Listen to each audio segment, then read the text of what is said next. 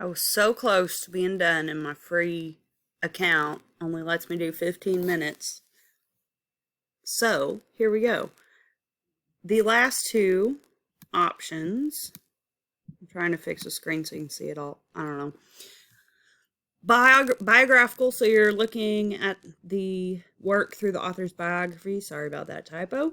And you saw that a lot in my examples. And the last one that I haven't really talked about is a Marxist approach. So this type of criticism examines social constructs, usually the relationship between the oppressed and the oppressor. And a lot of it focuses on lower classes of people. So I think this would be a really interesting approach for you guys to take for this essay. So what I need you to do is write your introductions today. I need you to share them with me. So do it in a Google Doc and then just share and type in my email address, laura.kinder@marshall.kyschools.us, and I will make comments and stuff on it, and then we'll go from there on Monday, okay? So please, again, let me know if you guys need any help, and I am always here to help with absolutely anything. So stay safe, stay healthy. Hope you're enjoying your quarantine as much as possible.